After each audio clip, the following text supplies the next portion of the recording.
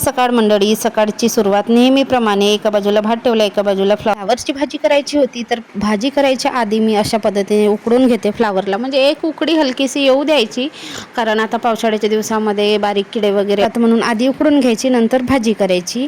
आणि मी माझ्यासाठी गरम पाणी करून ठेवला, तर तो खूप जास्त गरम होता. गार झाल्यानंतर मी पेणार, तोपर्यंत मी पीठ वगैरे मोडून घेते. आणि रुद्रांशला इकडे ड्रायफ्रूट दिले आणि रुद्रांशच्या हातामध्ये घडी दिसते, ती नवीन असल्यामुळे आता सारखा घडीच घालून बसतो आणि घडीच घालत असतो नेहमी. जेव्हा बघेल तेव्हा त्याच्या हातात तुम्हाला घडीच दिसेल.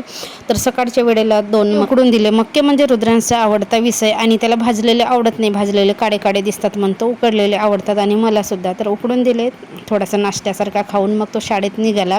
आणि हलकासा पाऊस आला होता. रुद्रांशची फॅन आली, रुद्रांश गेला शाळेत. स्वयंपाक पाणी माझं सगळं झालं होतं, फक्त चहाची भांडी होती आणि कपडे होती धुवायची. तर आधी मी भांडी वगैरे घासून घेतली, किचन ओटा चकचकीत करून घेतला आणि संध्याकाळच्या वेळेला गणपती बघायला गेलो होतो. तर जेवण झाल्यानंतर आपलं फिरणं सुद्धा होते आणि गणपती बघून पण येतो. मग जान्हवीची आजी, मी, रुद्रांश आम्ही गेलो होतो गणपती बघायला. तर चौकामध्ये गणपती मांडलेले आहेत, म्हणजे स्थापन केलेले आहेत, पण त्यापैकी आम्ही 3च गणपती बघितलं आणि खूप सुंदर होते तिन्ही गणपती पण. आणि हा मेन चौक आहे आम्ही राहतो त्या ठिकाणचा, 4 बाजूले 4 रस्ते जातात. तर अशा पद्धतीने होता आजचा दिवस. तर सगळ्यांना गुड नाईट आणि ब्लॉग आवडला तर लाईक करा.